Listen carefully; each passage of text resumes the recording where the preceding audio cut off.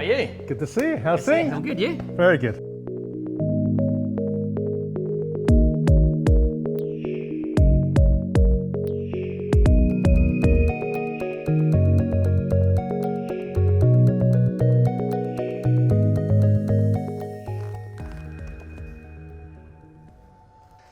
What experience has shaped you the most?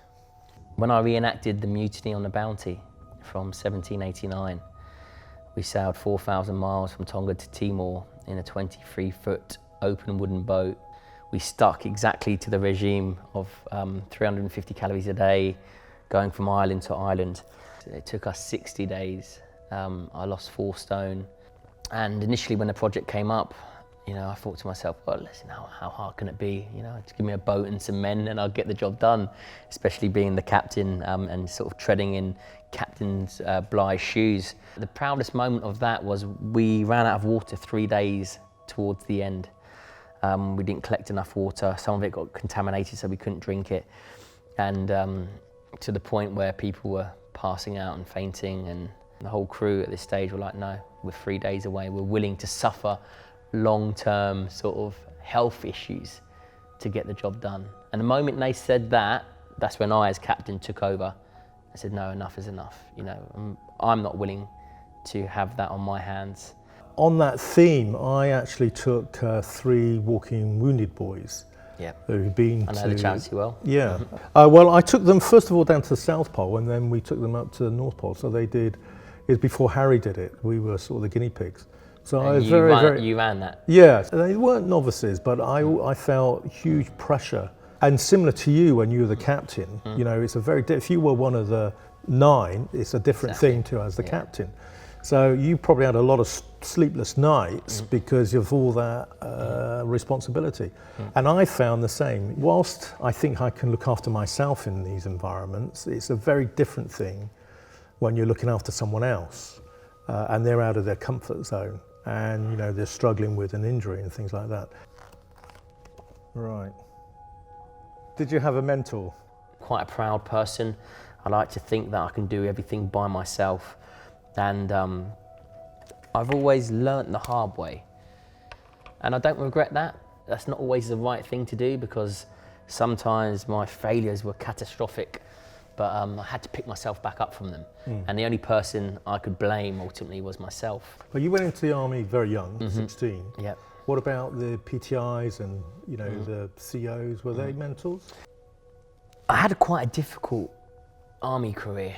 There was a lot of conflict of interest there. Again, me thinking that I could take on the world by myself. When I left the army and rejoined the Marines after, there was one guy that I done 2 tours of Afghanistan with.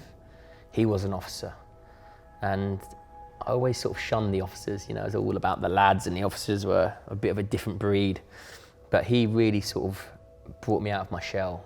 He was a very capable officer that led from the front, and I found myself with him a lot of time, going into combat with him. Getting off the helicopter, straight into the compound, straight into the area of conflict, and it'd be just him and me. He did bring out a certain self-belief in myself. Every now and then you do need that little bit of pointing in the right direction. How about you? Well, I went to just a regular school, and they had the Duke of Edinburgh's Award.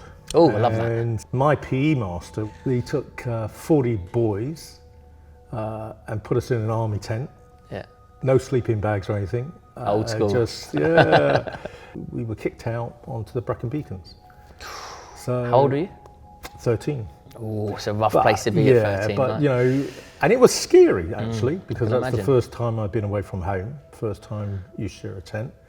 So that really started me off. And that PE master, I looked up to him, and I felt he was very much like a father figure. When I climbed Everest for the first time in '93, I took one of the ice screws down, and when I got home, and this is a lot of years later, I went around and said, there you go, I wouldn't have got there without you. Just to thank him, because without his input at a very early age, I would never have seen that.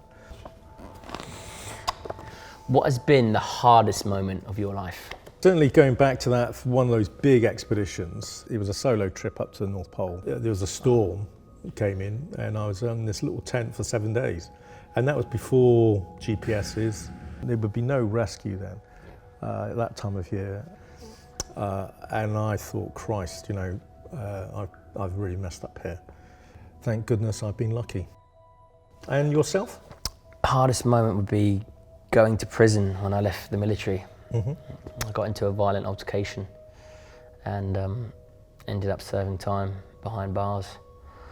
And the reason why it was the hardest time is because it's so shameful.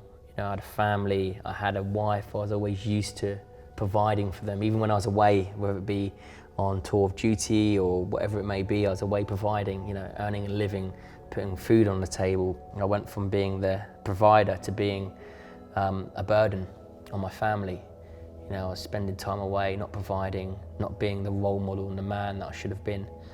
I suppose when you're honest with yourself to a point where you're ripping yourself to shreds because of such a failure, it makes you realise what you need to do.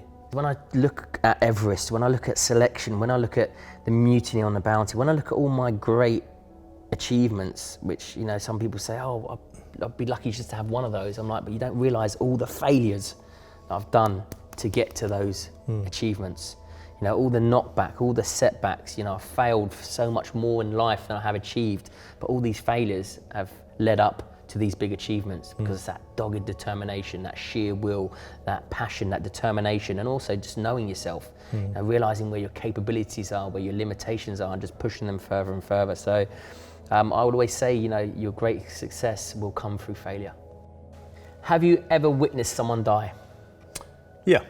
I've had a couple friends on expeditions not come through. Okay. And the same as you? Yeah, few. I'm quite used to death, actually. My father passed away when I was 5 years old. I went into the bedroom when he was there, when the police were there, so I had a good look at him, so that sort of opened my eyes up to it. And then in the military, more pals than I could want to imagine. Yeah, death doesn't really bother me. I'm just get on with it and sort of acknowledge it. I've learnt to process it from a young age, so when a pal used to die on tour, you almost expected someone not to come home, so you half processed it anyway. You just make sure you give them a good send-off, make sure the family are okay, and then crack on with the next task. What's the most dangerous thing you've ever done? The most dangerous thing I have ever done is going into combat.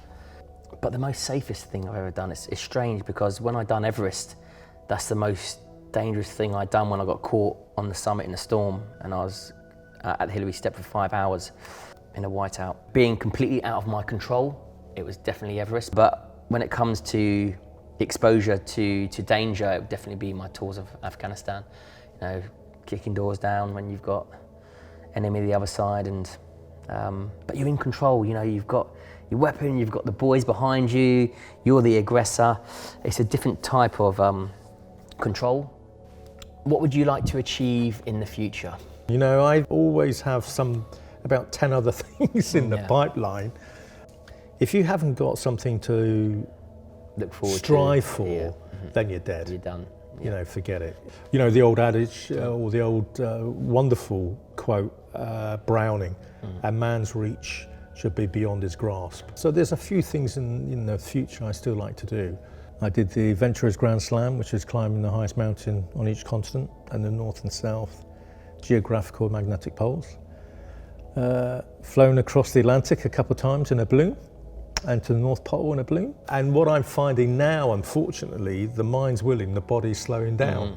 Mine would be to go to the moon. I'd love to go out into space. And people say to me, "Ant, are you mad?" I'm like, no, I've done Everest, I've done the mutiny on the Bounty, so I've done water, I've done the mountains. I want to fire me into space. Let's see how we get on. What advice would you give your younger self? Would I change anything? No. Do I regret anything? No. Have I made some bad life decisions? Absolutely. I am here, the man I am today, because of my mistakes, because of my failures, because of my successes. I'm exactly where I'm supposed to be right now. I wish I was more patient when I was younger. I always wanted it yesterday. And now I've got to that age where I've done a lot of groundwork, and you can look back and think, I wish I was a bit more patient.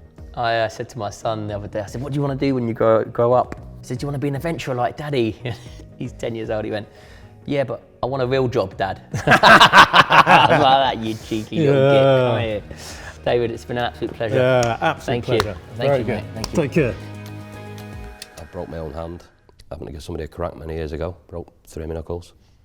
Your normal injuries, you know, black eyes. Nobody's ever managed to break my nose, don't know why. Lost a couple of teeth. When I first started out, men were men and they fought fist to fist. These days it's, is he carrying a knife? Is he going to hit me with a bottle? Is he going to smash a glass in my face?